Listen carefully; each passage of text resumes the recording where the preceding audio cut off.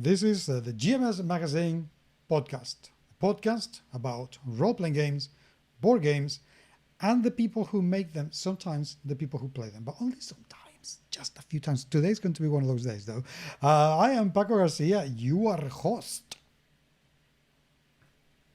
This is Chris from DSX Machina. How are you? I am okay. I am, as you can see, if you're watching and if you're not and you're listening, you would see that I'm wearing a t-shirt because summer is here in Spain now. Oh, I guess someone which let Canada know. We're still in the we've been hit with a bit of rain, so the cloud cover has been like when the sun's out, it warms up very quickly. But right now it's only about 13 degrees. Well, here it's already 25, 26 Celsius every day. We are at the time when offices are not turning on their aircon because it's too soon in the year Yeah. and it gets stuffy and bleh.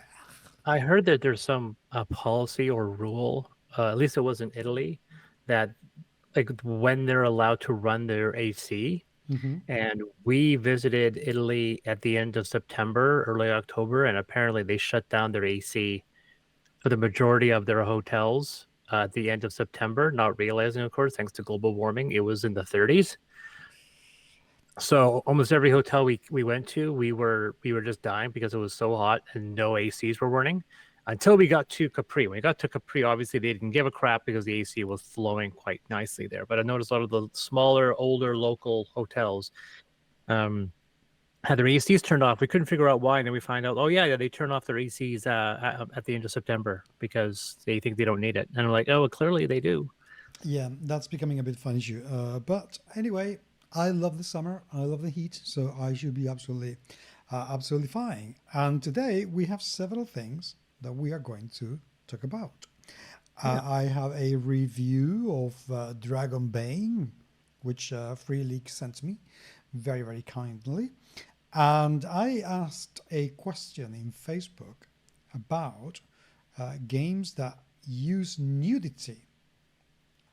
And 206 people commented, which I find absolutely unbelievable. And I am very, very grateful. And the comments themselves were hilarious. Some of them are really, really funny. Some of them, yeah, I'll be like, seriously? And some of them are like, oh, I don't want to meet you in a dark alleyway kind of comments. But anyway, we'll Right. go through a few of them, not all of them. Um, and then you wanted to talk about something else. Well, for me, I have an update on the Forsaken fiasco from last week. Oh, okay, good. So shall we start with that, or shall we start with? Yeah, it's pretty fast. There's not a lot to be Okay. said. There hasn't been a lot of updates, but there have been some gumshoes that have gotten some answers. So I want to preface this by saying this is only been like single confirmed. There's no double confirmed, so this could be still uncorroborated. Mhm. So the graphic designer for Forsaken Yes. originally was working with CGS. CGS apparently is a Brazilian company. Hmm. The graphic designer for GD for Forsaken started work on the project while still employed at CGS. When CGS found out, they fired him. CGS claims that the graphic designer hired a contractor with CGS funds to create art for game trays. CGS then sued the graphic designer for breach of their non-compete clause. The above suit was dismissed as the court found the non-compete to be non-binding. Shocker. On May 14th, there could so this one was apparently in Montana. This is in the Montana courts, but apparently there's still a pending case in Brazil. It sounds like the copyright claim might not be because said art was used in a CGS game, but because it might have been bought with CGS money instead of Game Trace money. That sounds even worse. So it's one of those situations where this could be a situation where the graphic designer might have been doing something that pulled Forsaken into a legal battle that they weren't aware of and weren't interested in being involved in, or perhaps the game trays were very well aware but thought they can get away with it. No way of knowing, but it seems to be revolving around a singular graphic designer. Now, it should be noted that there was a lawsuit which was Creative Game Studio LLC versus Alves. So it's Creative Game Studio LLC and Richard Bach Cater, plaintiffs and appellants versus Daniel Alves, defendant and appellee. So there is so apparently Alves was part of CGS.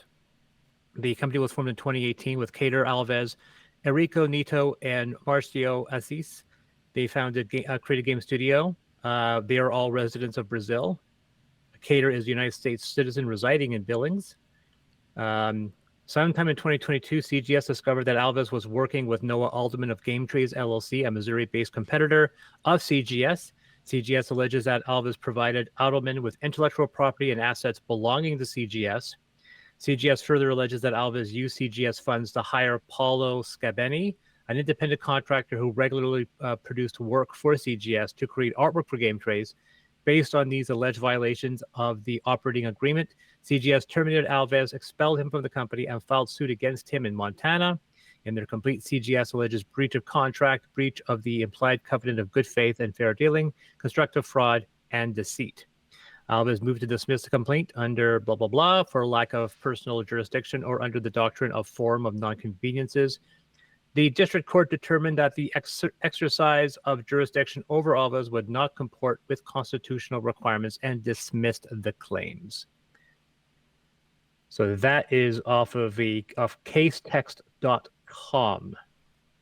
And if you guys are interested, there, I'm sure you can find it. If you go to the intellectual property dispute post on Board Game Geek, you will find it there as well.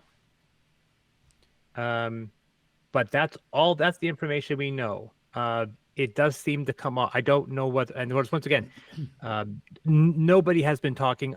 So the only information we basically have is from this legal filing. That sounds incredibly messy and a lot messier than I thought it was going to be.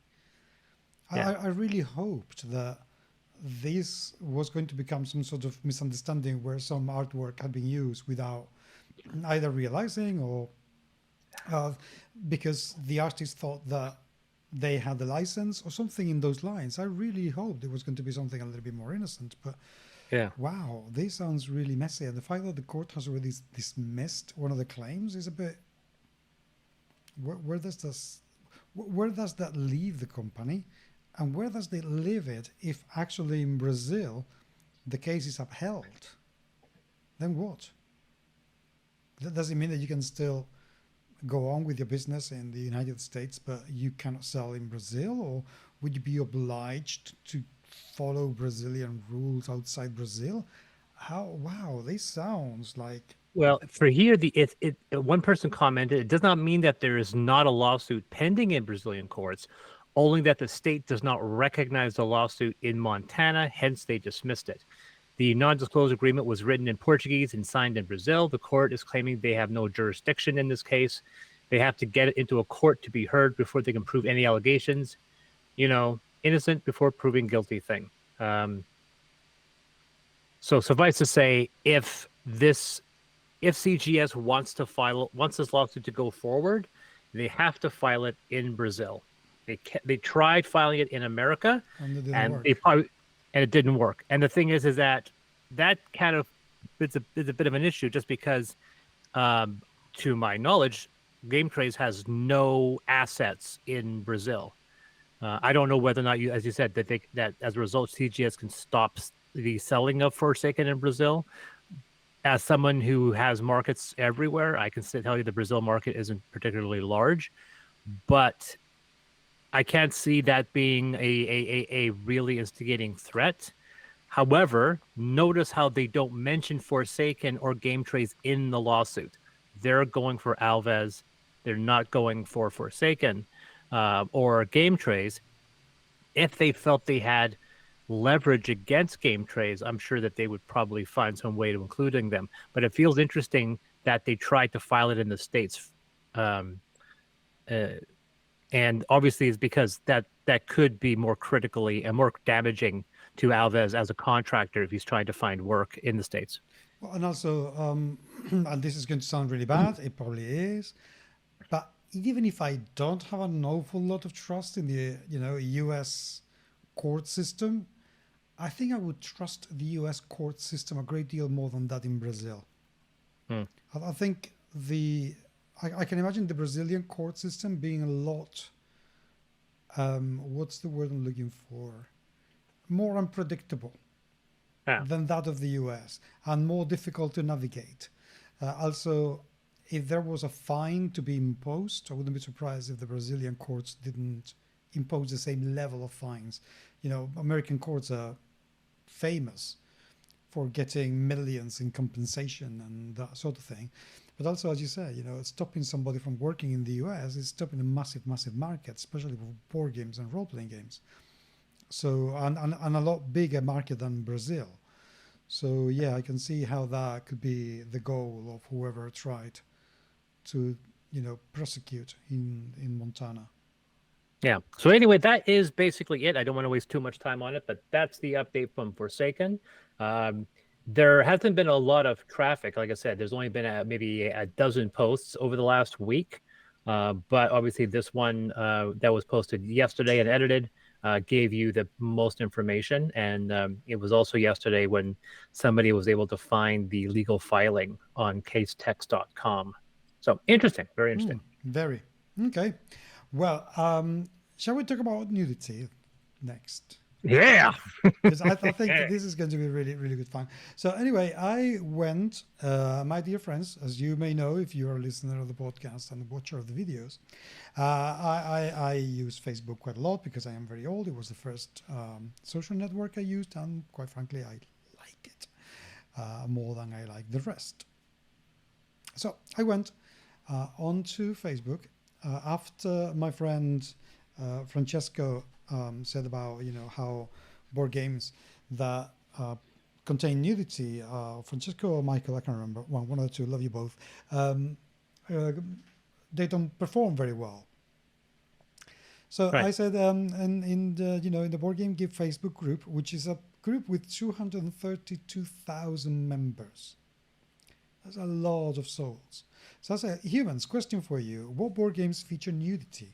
I don't mean full-on sex only. I mean nudity. Chris and I want to make a podcast episode about it, but apart from Gay Sauna and Dixits, I don't know a lot that do. Thank you.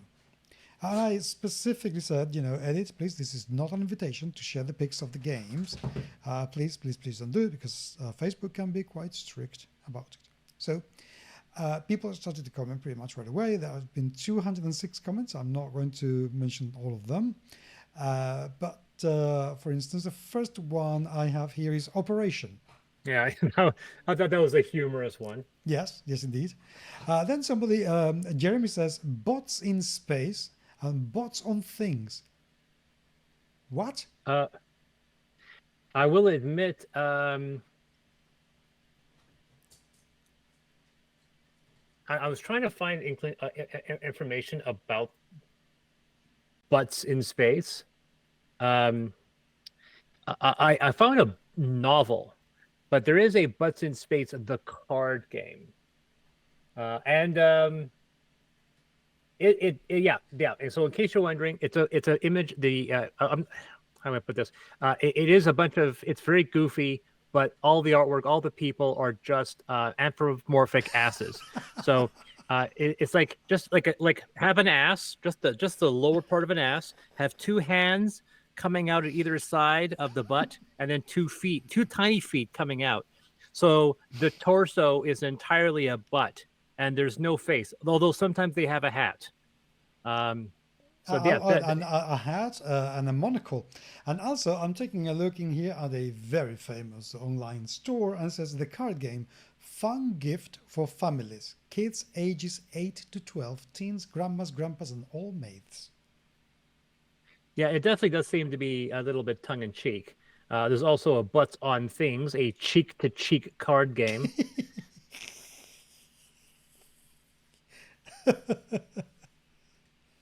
Um, Okay, so anyway, let's continue because otherwise we'll just stay on this game. Bunsen Memo as well. Somebody's mentioned. Let me a second. Let me open the Board Game Geek and see if we can take a look at these. Because most of these games I've never it's a really heard of. memorization game, and yes, it is very Oh, risque. wow. Okay. This is the kind of game, humans, that requires kind of sticky tape on top of, this aura. That So the object it's a memory game where you have to find the matching left and right breasts of 48 women. Wow. It ranks at 4.8 on the Board Game Geek. So I'm guessing this is more a for laughs kind of game than a real game. But okay, it does indeed feature.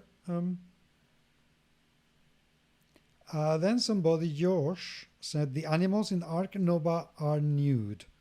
Yes. Yeah, that was hilarious. Then Matt says, only thing I can think of was the Xenophile CCG back in the 90s. Let's see if I can Yes, find it. it's an adults only trading card game. I haven't found really a lot of risky things, but it's basically based off of an old comic book. Yeah, it's an erotic comic book of the same name by Phil Foglio. The game retains the humor of the comic, but the images are less explicit. But the comic is definitely rated X. The card pictures would receive a soft R rating, so it was Yeah, not much to speak of in that one. no, I'm sorry to say, but I wouldn't consider that, nudity. Project Porn Star. What the effing hell are we talking about here? In 2004, Project Porn Star. There aren't that many photographs, but I cannot see any nudity in this one. Oh yes, I can see a woman showing her breasts. So I guess that does count as nudity.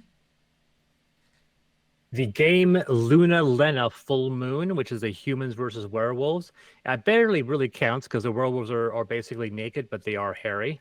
Also, if it is Luna Yena, that game I do have, I don't think the nudity really counts.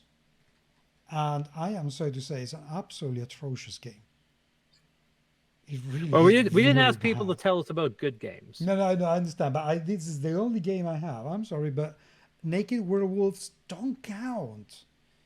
Naked animals. Come on. The Eric says every board game if you play them in the nude. Ha ha ha. Sorry, Now, Eric. a few people mention Kingdom Death Monster. Hmm. And I can see that some of the monsters are very sexual in their presentation. One creature called the Wet Nurse. It is a monster, and if I say it's a monster called a wet nurse, your mind may immediately bring up ideas, but it is so much worse than you think it does, because not only does it have phallic imagery, it has about 25 breasts. So, and there's an image on the Board Game Geek where they show off. There's a very good paint, a very admirable paint job of this monster. So I guess that's probably what they're really referring to. Also, sorry. So let me stop you there for a second because Mhm. I did play the beginning. Kingdom Death Monster at the beginning, and when you begin the game, you start the game completely naked, without any memories or any kind of understanding of where you are. You have cloth. Yeah, but that's it. But then you Yeah. have to find it.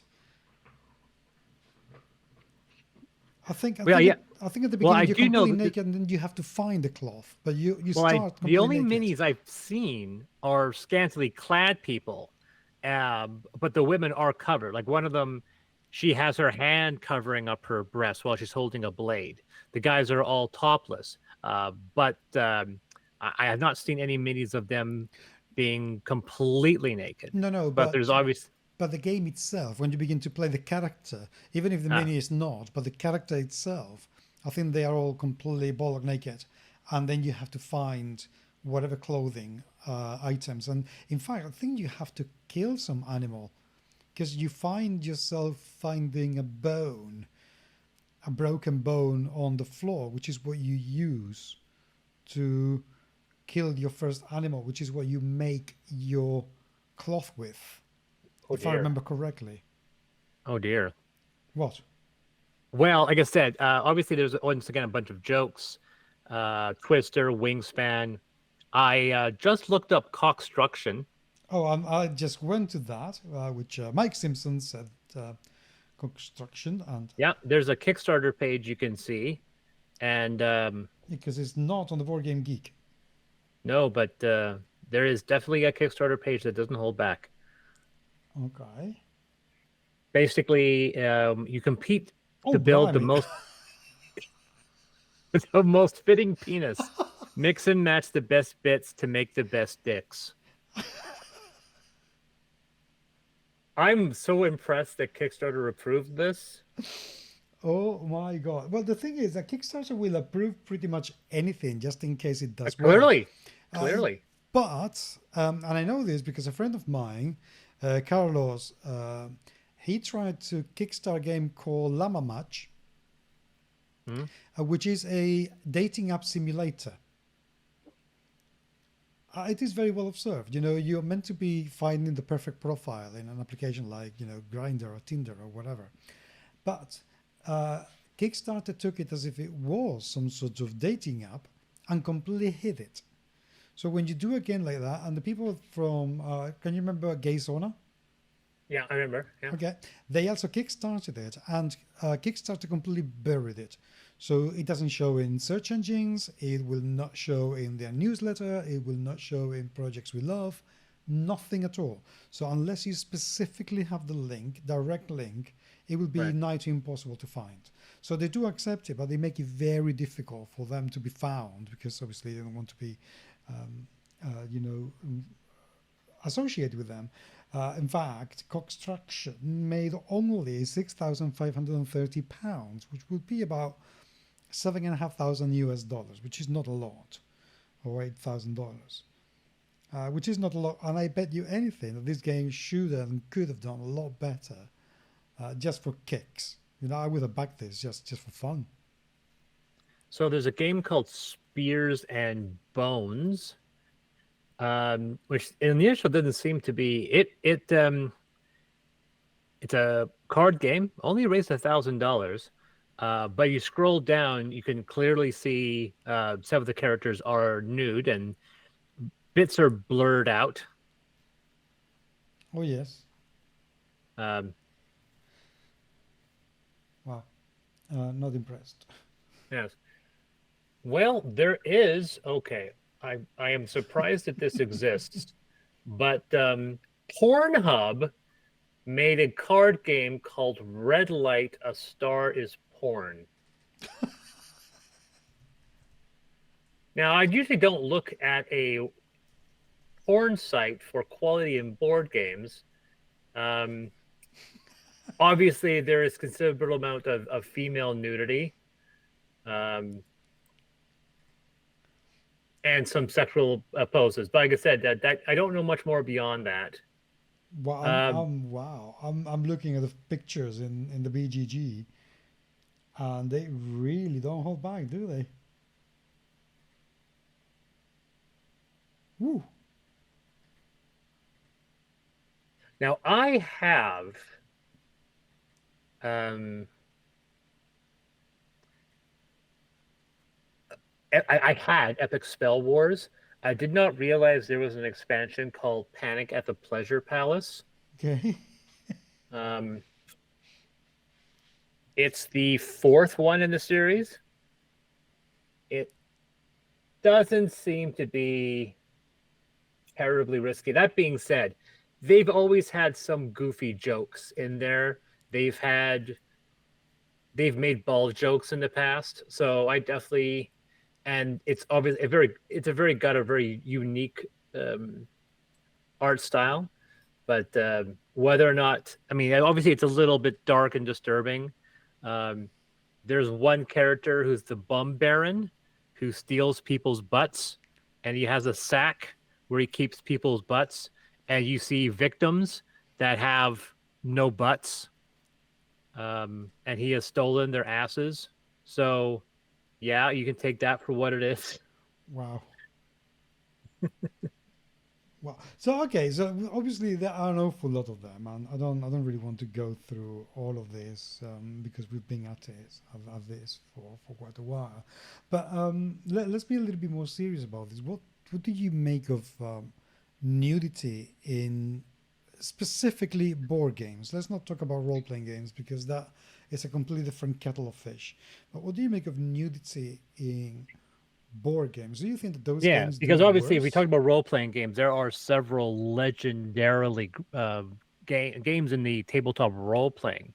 Um, there was a very famous account that one of the rumor was that one of the reasons why fourth edition went GSL instead of continuing the OGL is that there was a adult 3.5 OGL game and they didn't really care for it.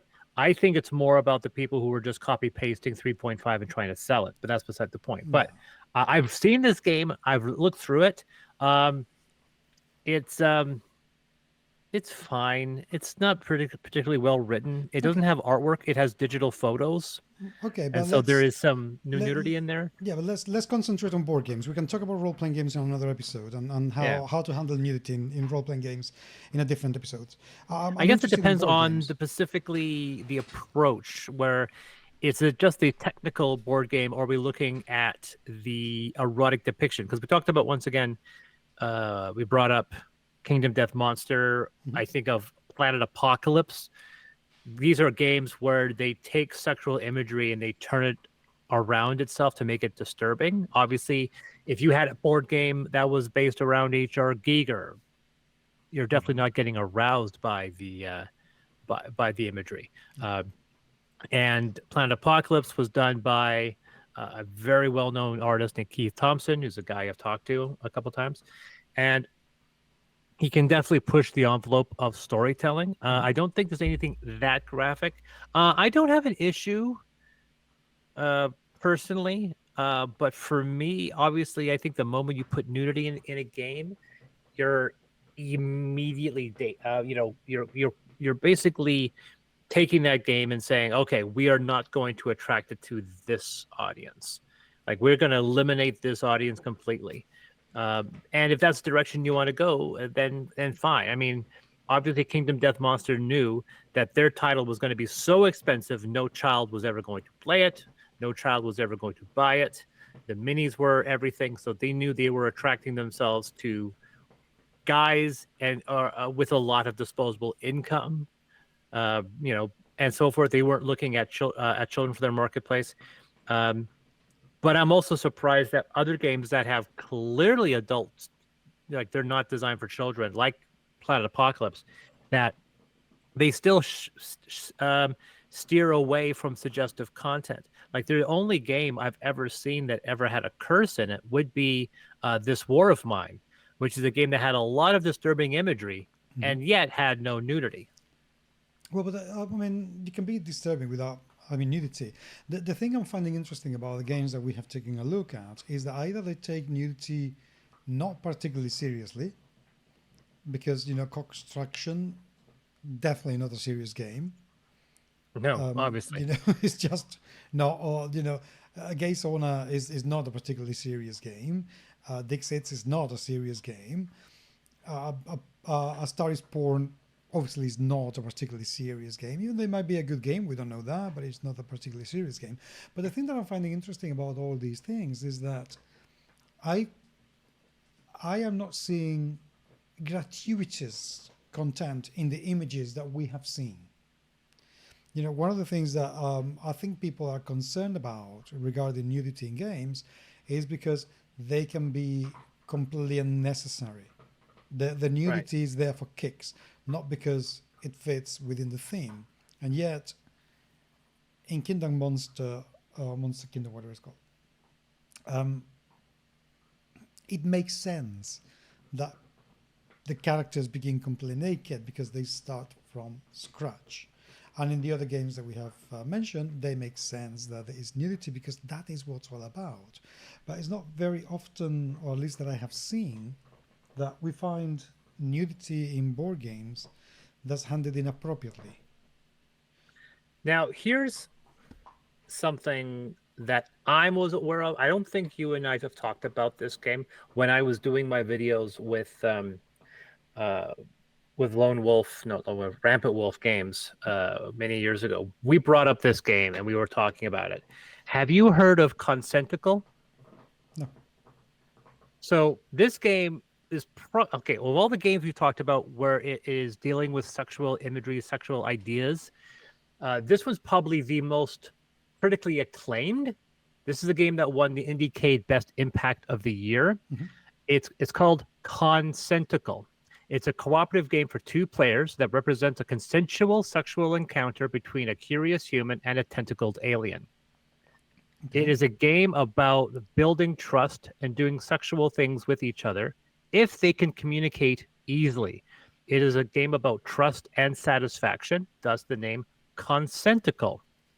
This game got what a lot of people had stated how much they liked the idea of this game because it deals with consent, communication, trust, and satisfaction, and it's wrapped in the theme of a sexual encounter between a human and an alien. And so as a result, some of the cards are a little suggestive. Not too suggestive, but there is definitely some imagery that's a little sexual in nature. I have never seen that game. I will definitely have to take a look at it. But as you know, I think that is a very good example. It's to me at least, and I wish somebody could correct me if I'm wrong. Let me know because obviously I am not an expert on this topic. But I'm getting the feeling that people who decide to put nudity in board games, they do it because it fits the game either thematically or mechanically, but not for kicks. Hmm. And the few things that I have seen, that would appear to be more for kicks, like this Kickstarter game that is print and play that we have spoken about, um, they just don't look all that good. Well, like I said, most of them, like I said, people have brought up other stuff like Joking Hazard, Exploding Kittens. Um, Yep. and, once again, these are played purely for laughs. There isn't much to it. Uh, but so, yeah, so there aren't a lot of situations where anyone has ever tried to make a game uh, where they're serious about the subject matter. Most of the time, it's there as a joke. Well, I find it. I find the whole premise quite interesting because apart from a couple of people, in fact, there was one person in this whole thread that said, "Oh, this thing is triggering an awful lot of people, and the post should be deleted," I didn't which see that. Didn't a lot of that. should be somewhere at the very beginning, I think. Oh, I see it. I see it. This post has nothing to do with board games and it triggers a lot of people, so it should be deleted. On the other hand, I just remembered a game like that. It was supposed to be Strip Club Pink Hearts or something. But the question is that I didn't see anyone, being triggered by it. I don't. It No, seems like the person said a lot of people are like, well, where are a lot of people? I don't see anyone talking about it. no, absolutely no one was triggered. I mean, some people have said some silly things, but absolutely nobody has been Yeah. triggered by this. So I don't know what the hell this person thought they were doing by behaving in that manner. To be honest, but hey, there is always one, isn't there? There is always one. So anyway, um, it doesn't matter. What I find interesting is that there seem to be an awful lot of game. Again, we haven't contrasted every single one that whom the people have taken us. I'm just taking their word um, as it comes. But I find interesting that whenever we talk in role-playing games about nudity, an awful lot of people get upset because it's not handled very well. But here in board games, yeah, absolutely fine. Nobody's got upset. Nobody said anything, and everything is fine. I get it. I do. I mean, that being said, both role playing games and tabletop games do suffer from the issue of scantily clad characters and voluptuously drawn characters. And board games have actually, I have been seeing more board games still suffer from that issue. Role playing games have, I've seen very, very few role playing games that have tried to sexualize the feminine form. Mm-hmm. Uh, I am, of course, have been very guilty of that because of pressures back in 2010. I always talk about it, and at my own regret for bending to that pressure to include a scantily clad character on a cover of my book, an image that has never been seen since. You know about that, right? Yeah. Yeah. So for me, I think that they're doing a lot better job with that. Obviously, we talked about it that last week about Mm-hmm. the uh, tiny epic game that went through a reprinting to reduce the bust size of the female character on the cover. And that caused a lot of controversy from a lot of men that didn't see an issue with it. Um, but so I still see that even though nudity is done, I wouldn't say tastefully, but definitely tongue in cheek most of the time with board games, I still think that the scantily clad issue is still more of an issue within um, role playing games and board games. I think most of it, I hate to say it, is centered around anime. Anime still has a big problem with their sexualization of women. There aren't a lot of anime role playing games. There are still quite a few anime board games because of the exporting through Asia. So I think that there's still a bit of an issue on that front, and some game designers in North America can sometimes take that lead and go in a direction that they probably shouldn't have. But even that, I think, is better accepted. I mean, we have games like the Tanto Cuore that Japanime has been championing for a Yeah. decade, I think, and that is a very sexualized, kind of misogynistic sort of game, and yet it does very well because it is within certain parameters that people have just found it acceptable. And I've spoken with Eric Price about that in the past when I've interviewed him at Spiel. And you know what he says, and I think he's completely right. You know that we have to look at it through the lens of the culture where that game come from, and what it is trying to portray. And he's not really trying to portray anything of today. He's trying to portray something from a fantasy and a different culture that it happens to be like that for whatever reason. So I can see how that is defendable. Whether it is tasteful or to your taste is a different matter altogether. I've never played Tanto Quarry, so I don't know the quality of the game either. But it's not a game that would attract me. But yeah, I think the eroticism within manga or anime games is a lot more better established. Mm-hmm. So, okay, let's jump on to the next topic because I would like to know if people have already played any of these nudity games, and nothing like strip poker or strip splendor, that sort of thing. Please, no, let's not, or Twister, that somebody else also mentioned. Let's not go there, please. It's just not necessary. And I'm going to jump straight into my review of Free League's Dragonbane, which I have actually received from them. Thank you very much indeed, guys. Very much appreciated. And I have read, and I have to say I am mighty impressed. Dragonbane's been going on for a very, very long time. In fact, it started in the 80s as a response from for D&D. Basically, Yeah. people wanted to have something different from D&D. I don't know if it is because in Sweden you couldn't get D&D translated, or because publishing material for D&D at the time was completely impossible because it would sue the pant off you. I don't know why, but it happened. It became a thing. And recently they kickstarted it to huge success. Hmm. So Dragonbane is a fantasy medieval, as in Western European medieval fantasy kind of Tolkienian game, not too dissimilar to Dungeons and Dragons. Hmm. However, there are several things about this game that I have enjoyed, and I have to say a lot. It is very OSR in its approach to things. What I mean with this is that it leaves an awful lot of gaps for people to fill in. And it simplifies everything massively. It still contains a D20 based system Hmm. where you can roll crits and fumbles, even though here they're called dragons and demons. And here the 1 is the dragon rather than the fumble, and the 20 is the demon rather than the 1. And they have reduced the character creation quite dramatically, even though you still have the same stats. Monster stats are beautiful because, again, they have simplified absolutely everything. So, for example, every monster is going to have some innate abilities, but not that many that you would have to fight 40 monsters to actually find out everything that they can do,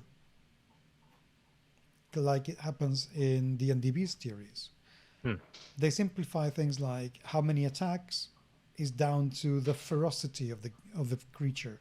So a creature with a ferocity of 1 can only attack once per round. Ferocity 2 can attack twice per round. Ferocity 3 times per round, so on and so forth. Although there aren't many creatures with ferocity higher than 3, because that would be really, really fierce. There isn't a world per se. The game very much inspires you or encourages you to create your own world as you go along. And the adventure that comes in the game is basically a 6 pages adventure, which is just an encounter in an abandoned church or temple. That is it. So that is what constitutes an adventure. And that is what, I don't know for you, but for me, that's what adventures used to be when I Yeah. started to play role-playing games in the late 80s, early 90s. We would just go to this castle, go in, kill whatever, loot, and come out. That was an adventure for us. It also comes, funnily enough, which is one of the things I also liked, with a few tables to create your own adventures in the GM's chapter, which, don't get me wrong, although there are considerably better and more comprehensive products that do this, like the Loke Battle Map Book of 1,000 Encounters, for example. That Loke in particular, they have a number of products that help you create adventures. And there are a gazillion. The Oracle also has a tarot-based adventure generator. But Loke are for me are my favorite. I really, really like what those guys are doing. It really fits with the philosophy of the game. I have liked it for many reasons. One is because the book is beautiful. The artwork is absolutely gorgeous. Part of the work is by Johan Egerkans, who is the person who's done the Weizen look, and he's the hell of an artist. But also because it contains all the excitement, all the cool things that I remember from AD&D, but simpler. This is a 120 odd pages book, and yet in there you have character creation, you have adventure, you have magic, which again they have reduced to 4 different types of magic areas. With mind and elementalists magic, that sort of thing. And you have few spells that are powered by willpower rather than how many spells you memorize. Right. So the whole thing again is simpler, is a lot more flexible, and it feels a lot more inviting than having to read through several books of information before you can get to your first game. So I can see why Dragonbane has such a huge following and why people think of it so highly. Because to be honest, as somebody who's gone off D&D recently, I could see myself playing with a system like Dragonbane because it's a lot less prescriptive. It allows me to do a great deal more in terms of improvising, in terms of doing basically whatever I want my character to do than D&D would allow you to do with a lot less work. Right. So I'm really taken. I'm reading now the Bestiary as well because I was interested in finding out how, despite the fact that the creatures are very similar, you know, goblins, hobgoblin, orcs, ogres, trolls, that kind of thing. I wanted to know what made them different from the basic D&D Bestiary. Yeah. And I am having a great, great time reading that Bestiary, but that will be for a completely different episode. But Dragonbane, super recommended. If you want to try something with a D&D feel, but not a D&D lore or the amount of rules or the weight of D&D, Dragonbane is certainly one that you should take a look at. Wicked. So, and that is it from me. I don't really have anything else. But you mentioned earlier when we were chatting about what we're going to be talking about, Homeworld 3. So we talked about the franchise known as Homeworld. Yeah. Homeworld is a game franchise that started in 1999, 25 years ago. Oof.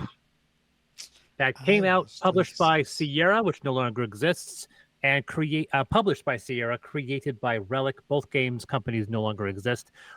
Sierra folded. Eventually, Relic became a subsidiary of THQ. THQ went under. All of their assets were sold off, which destroyed Relic in the process.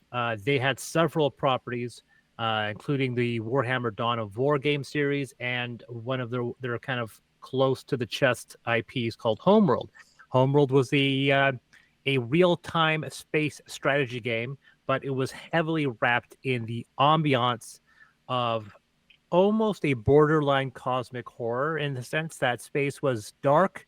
Space was dark from a mood. It was still very colorful. It was very heavily inspired by the 70s space art of Chris Foss, Jim Burns, Peter Elson, designs that we don't see very often. For those people who are younger, who want an idea of what we're talking about, what I'm talking about when I refer to 70s space art, look at Guardians of the Galaxy, because the director, James Gunn, hired a lot of these old 70s artists to design the spaceships of the future. In fact, Chris Foss, who was one of the grandfathers of this era, designed the hero ship that Star-Lord uses in Guardians of the Galaxy. So it's that style, very colorful ships, stripes, not boring designs. Like whenever I see a spaceship now, or an original space movie, and the ships are just silver and they're just bullet shaped, I'm just like, I am immediately bored because you cannot have the imagination to. That's why, despite how much I kind of dislike the story, I have a soft spot for Jupiter Ascending, because at least they tried to do something incredibly unique with their spaceship designs. In fact, when I saw the trailer for Rebel Moons, Zack Snyder's latest film, I immediately lost interest in watching it. I haven't watched either part, and turns out the reviews were absolutely atrocious. When I saw their very boring spaceship designs, I was just like, okay, I'm not interested. Like, it's a space. This is a space opera. You know, even Star Wars is got a bit of that visual style. The other thing about Homeworld is that it has an ambiance. It doesn't jump into the action. Usually you have to spend 5 or 10 minutes building up assets, exploring the space, and then occasionally you'll get into space battles, but it's not a big thing. In fact, the game doesn't even allow you to speed up the gameplay. You have to sit there and go through it. It has a wonderful story that people will say is a ripoff of Battlestar Galactica, but the writers were trying to create a parable to the Jewish Exodus. That's why there's so much religious iconography and symbolism and naming, right? One of the enemies, for example, that you encounter is from a place called the Gardens of Kadesh. So there's a lot of blatant religious symbolism in there. They followed it up with Homeworld 2, which doubled down on that. The idea of associating, there's a whole story about technology that's so advanced that it's indistinguishable from magic, where they've taken that magic and made a parable to religion. So the more ancient high technology is now deified, and these ancient races that came before us are deified, and there's prophecies revolving around their technology. There was an offshoot game called Homeworld Cataclysm, which turned up the space cosmic horror to about 11. Created a fantastic story. Blackbird Interactive got created from the old staff. They created a game called Homeworld Deserts of Karak, which is set on the planet before the Exodus, and is a wonderful story. Once again, quite a bit of religious symbolism. And after 20 years, the original Homeworld 2 has Homeworld 3. So to give you an idea, that it was 4 years between Homeworld 1 and Homeworld 2. It was 20 years between Homeworld 2 and Homeworld 3. To give you an idea. And of course, obviously, there's been a lot of hype because there's now a Homeworld role-playing game. And in fact, you and I talked about the Homeworld board game last year when it was. We interviewed Chris Birch with yeah, Chris Birch. Mephidius, and Modiphius. so Modiphius. No, Mophidius. Mophidius is a completely different company that we should start up just to see what happens. Morpheus. So there, yeah. So, and what I always said, and I said this when I talked about this game, this board game and role playing game, was I don't know how they're going to do it. The role playing game I was interested in because the game has no characters; it's just spaceships. So I didn't know how they were going to do a role playing game, and I haven't read this game. It would be very fascinating to see how this game works. And the board game focuses on one-on-one combat, but my issue with that is that in Homeworld, that is only a small part of the game. Most of the game deals with ambient story. Apparently, the game designers forgot about this because Homeworld 3 is probably the most disappointing game in the series. Of the 7 or 8 games that they have made, this one unfortunately takes up last place. It is a beautiful game. It looks fantastic. And this is one of those situations where I think they were a bit too pretentious in their storytelling. They've lost a little bit of that ambience, that mystery. The game is unfortunately mechanically missing out some key features from previous games. I played through the game twice. Once in medium difficulty, once in hard difficulty. And I found the story to be infuriating the second time I played it. And the additional side content of the game, which involves a roguelike war games mode, I got insanely bored with. And that's the reason why I think I'm a little I wasn't terribly interested in getting the board game of it, because I think as a combat game, it's not terribly interesting. The thing about Homeworld was always about its ambiance. It had astoundingly good music. Mm-hmm. It had astoundingly good ship design. Did you ever watch Battlestar Galactica, the newer version? Absolutely, yeah. So here's the thing that's going to be a little surprising that some people are going to be a little offended by, but I don't care. The new Battlestar Galactica series by Ronald Moore completely ripped off Homeworld. And if you want more of a better example, the extremely legendary music by Bear McCready, the amazing soundtrack that he made for Battlestar Galactica that put him on the map as a world-class composer, was him emulating the music of Homeworld. The music from Homeworld, the idea of having that drum beat, that very ethnic, it's almost very Middle Eastern in its style with a lot of drum beats. That was Homeworld's bag. Homeworld was very much about that. So it's one of the few games I've played numerous times. I played Homeworld 1 maybe 5-6 times. I played Deserts of Karak 4 or 5 times. Homeworld 2 I played at least 3 times. They re-released Homeworld 1 remastered in 2014. So as a result, Homeworld Cataclysm, which has not been re-released, is the worst looking because it hasn't been updated in 25 years, even though I think it has the best story because it properly taps the cosmic horror backdrop of the series. The idea that there are mega structures and colossal, like we're talking like the maps in Homeworld 3 are fantastic. It's definitely not a bad game. Pardon me. Bless you. It's not a bad game in any capacity. It has some fantastic levels. I love these colossal mega structures. Like there's one where you have to navigate a canyon, but it's not a planetary canyon. It's just a floating ice shelf in deep space. So there's still no gravity. There is some tremendous visuals to it, and the cinematics are fantastic. I just didn't care for the story as all. So it's a little disappointing. And for me, it points to what I fear is with both the board game, the role-playing game, and the new people making the video game is that they've kind of forgotten what made that series successful. And unfortunately, I'm not the only one because currently Homeworld 3 has mixed reviews on Steam, which is not very particularly good. Even poor games generally at least get mostly positive, but with a mixed review, it's definitely not doing particularly well. So that's a little disappointing. And so that is I'm worried now because of the lackluster response from Homeworld 3 that this will be the death of this franchise. Unfortunately, we're probably not going to see a Homeworld 4, which is a very, very disappointing revelation. But anyway, that's my review for Homeworld 3. Well, let's hope that they release some patches or some, DLC that will make up for this, because it would be a shame to see this going down. They announced they had a roadmap. They announced a roadmap. This is something that tells me that this was not something that Blackbird Interactive was done. Usually, when you have a roadmap for DLC and online content, that's something that usually gets enforced by a large parent company. Blackbird Interactive's own games, Deserts of Karak, Hard Space Shipbreakers, the games have little to no DLCs.